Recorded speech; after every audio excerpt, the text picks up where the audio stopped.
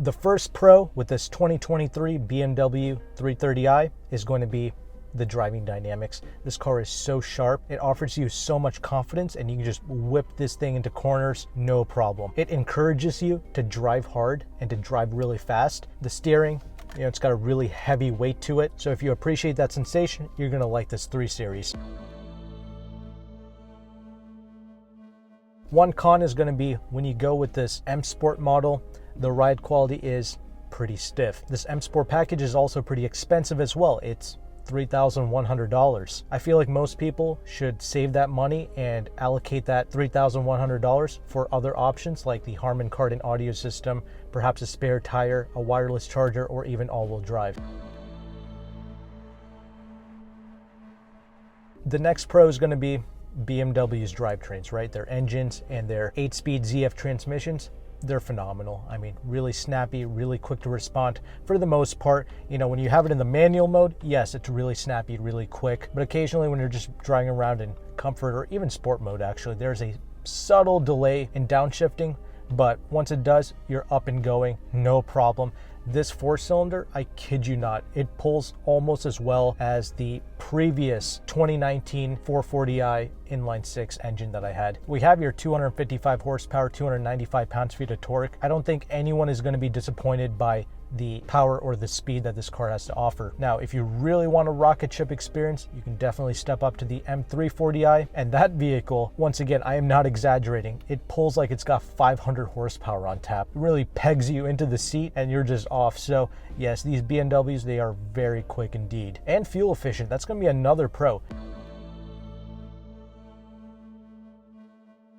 This 330i rear-wheel drive model, it's rated to get 25 mpg in the city and 34 mpg out on the highway. You do have to use premium fuel, but the good thing is those mpg figures, they are obtainable in the real world. Even when I'm driving really aggressively, I'm still getting like 20 mpg, which is absolutely fantastic. So when you drive it more mellow, it's going to treat you very well. One subtle con driving this, I know I said the steering is nice and heavy, and I feel like most people are going to appreciate that, but it just has this inconsistency to it, and it just loads up in a strange way. It doesn't bother me personally, but I just thought I would mention it. I still think this car is fun to drive, but it is what it is.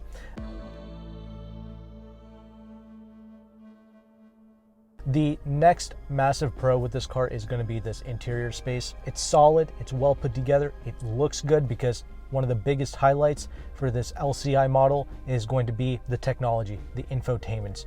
Okay, we have this huge curved display straight out of the new 7 Series and the iX SUV. And with this curved display, it houses the 12.3-inch gauge cluster and the 14.9-inch infotainment screen. They both look phenomenal. Even in harsh lighting, you can still see the screens clearly. It's snappy, quick to respond. The graphics look phenomenal. And we also get wireless Apple CarPlay, wireless Android Auto. With this infotainment, you also get navigation, voice assistance, and 5G Wi-Fi hotspot. Now, one of the cons that I don't like about this infotainment screen is going to be the climate control. It's all baked into the screen now. It's pretty distracting. I don't like that. I really preferred BMW's physical climate control with their buttons and their knobs and their separate display. That's what I like. That's what I found to be a lot easier to use. But I feel like some people are going to like this, and many people are going to comment saying that you can just use the voice assistants. I don't like that. I prefer to have the physical buttons. Another pro is going to be the safety of this car. It's an IIHS top safety pick. In fact, most BMW products are. So in a crash test, you can be rest assured you're driving a safe car. You can put your family in here and be confident. Another pro I want to mention is going to be this audio system. We have the base 10-speaker 205-watt unit, and it actually sounds pretty decent in here. So you can upgrade to the Harman Kardon if you want to. You can pay $875 to do so, and I would recommend you do that. The Harman Kardon, it's certainly an upgrade. It's a lot clearer, a lot more crisp than this particular unit, but this is still not bad. We have decent bass, and the clarity isn't bad either. It's just that the Harman Kardon, it is noticeably better. If you like your audio, I would suggest you doing that and upgrading to it. Another con with this car is going to be the overall space in here. It's a little bit constricted, particularly in the rear seats. There's not a crazy amount of legroom back there. I am 5'11", and I have an okay amount of legroom, but the headroom is pretty tight back there. And also getting in and out of this vehicle, it's a little bit more low slung. You know, it's trying to be that more sporty vehicle, so they're trying to keep that center of gravity low. And this next point that I'm going to mention, it's not really a fault of the car really, but it's going to be with the tires. So we have here the Goodyear run flat tires. These are not a good tire choice. I would suggest you paying $250 and getting the spare tire for this car. That way you can equip this car with a more traditional all-season tire. I would suggest getting like a performance all-season like the Continentals or the Michelins, and that'll make this car a little bit smoother and a little bit less noisy as well, because we do have some tire noise coming through because of these tires. Again, it's not a fault of the car. In fact, this car is pretty refined overall. We don't even have double pane glass in here, but it's not ridiculous. There's not a crazy amount of wind noise or anything like that. So if you just swap out the tires, that'll be a big help. The Bridgestone and the Pirelli run flat tires, they perform a lot better than these Goodyear. So if you want to stick with the run flats, get the Bridgestones or the Pirellis. They're quieter, they offer more grip as well.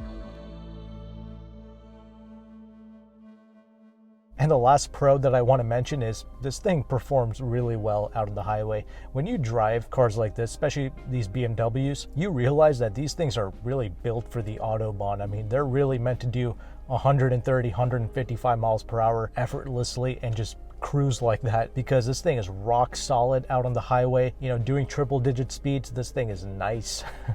Obviously in the United States, it's a moot point. I mean, you're driving at like 75 most of the time, but I'm just letting you know this thing is very capable indeed. Concluding thoughts, it's a great vehicle. I certainly recommend it. The best way to purchase these cars is through a lease. That's the best way to purchase most German vehicles or European cars. You know, you can't just get these things for $300 a month like you could pre-pandemic. You know, those days are long done with. You're looking at $700 a month with zero money down on a lease, assuming you have perfect credit. And if you qualify for BMW loyalty, like you currently own a BMW, that makes the deal a little bit better. Than it's going to be around $600 a month, and the M340i, that's going to be, you know, over $900 a month, whether you have loyalty or not. So not cheap cars to lease anymore. That's pretty sad. If you want to get a good deal on a new BMW, I have partnered with AutoCompanion. He is offering discounts on these BMWs up to 6% off, I believe, on a 330i model. So if you want to purchase from him, I'll have his information in the description box below. But thanks again for watching this video. I'll have the next video on the end screen here. Click on it and I will see you there.